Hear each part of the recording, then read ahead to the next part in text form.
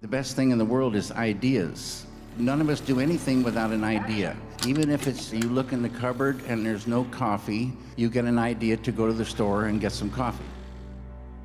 So there's ideas for everything, and I love to try to catch ideas and catch an idea that I fall in love with.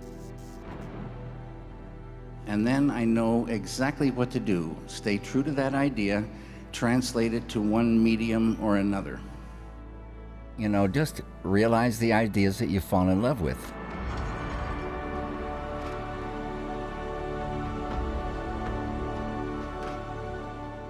And there's all these Vedic expressions, like man has control of action alone, never the fruit of the action.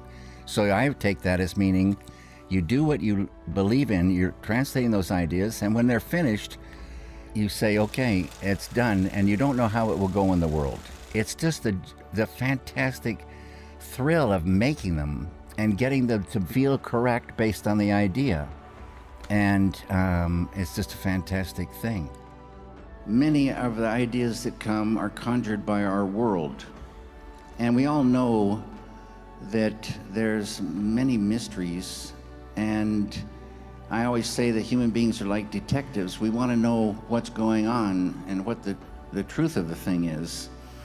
And we see our world and we feel it, and we feel there's things going on, and then sometimes these ideas come and they string themselves together.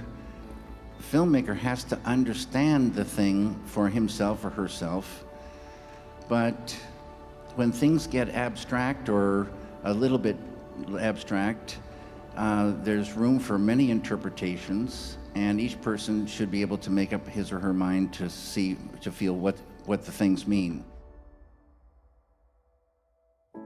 Life is filled with abstractions, and the way we make heads or tails of it is through intuition.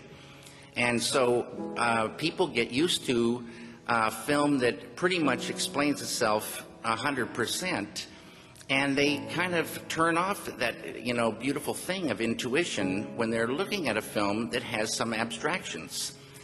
And some people, on the other hand, love these abstractions, and it gives them room to dream. An abstraction, to me, is a thing that cinema can say. And it's so beautiful, for me anyway, to think about these pictures and sounds flowing along together in time, in a sequence, making a thing that can only really be said in cinema. It's not words, it's not just music, it's a whole bunch of things coming together and making a thing that didn't exist before. And that's what I really love about it. It's up to the people then, to find their own, interpretation. It doesn't really matter what I think.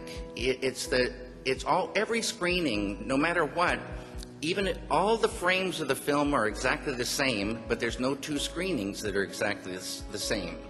It's the viewer and the picture and sound, and it makes a circle, and it just goes like that. And so you just feel it and think it. That's kind of intuition, emotion, and thinking together, and come up, make it have a sense to you. And people have a right to analyze the thing and say what it is for them, and to criticize it one way or another. It's beautiful. But I really believe the film should stand on its own, and there should be nothing added, nothing subtracted, and you work a long time to make it just so. And it's a very precious thing, every film. Do you think art should be without borders, without pigeonholes? Yes. There's a thing called freedom, and it's very, very important. Free to think anything and do anything. Every human being has a line they won't cross, but it's a different place for each of us. But you need to have freedom to do your work. Any restrictions is a sadness, and it can kill creativity. That you've managed to avoid the compromise that people consider to be necessary in Compromise is the worst thing. It's a bad, bad word. They say in the government, well, we should compromise. That means the good isn't as good as it was, and the bad is not as bad.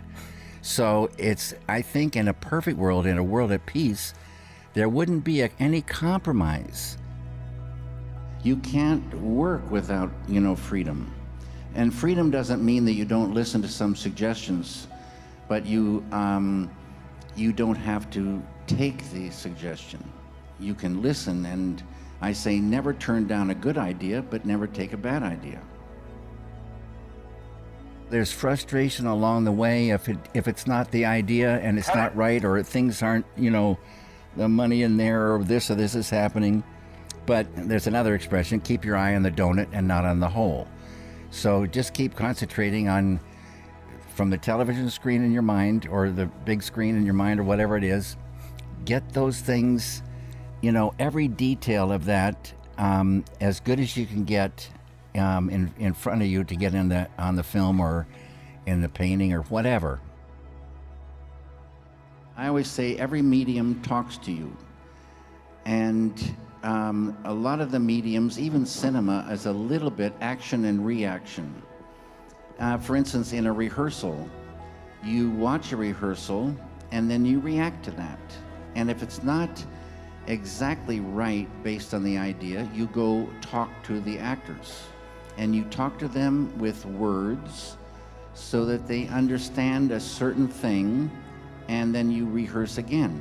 And little by little, it gets closer and closer. And then I always say some light bulb goes off in their mind, and they catch this thing. Now they're going down the same road you're on based on the idea. And many mediums, the thing you're making some experiments. You start seeing what the medium does and how it reacts to this or this or this. It's almost a dialogue with the medium, and then you find your way with that particular medium. And then from then on, it's ideas flowing in that particular medium's talk, and away you go. What for you is the most enjoyable part of the process? Is it the preparation, working on the script? Is it the actual shooting, working with the actors? Or is it the post-production? Every aspect is enjoyable, and every aspect is critical. So it's just beautiful. It's a beautiful world making a film, and the crew and the cast, you become like a family.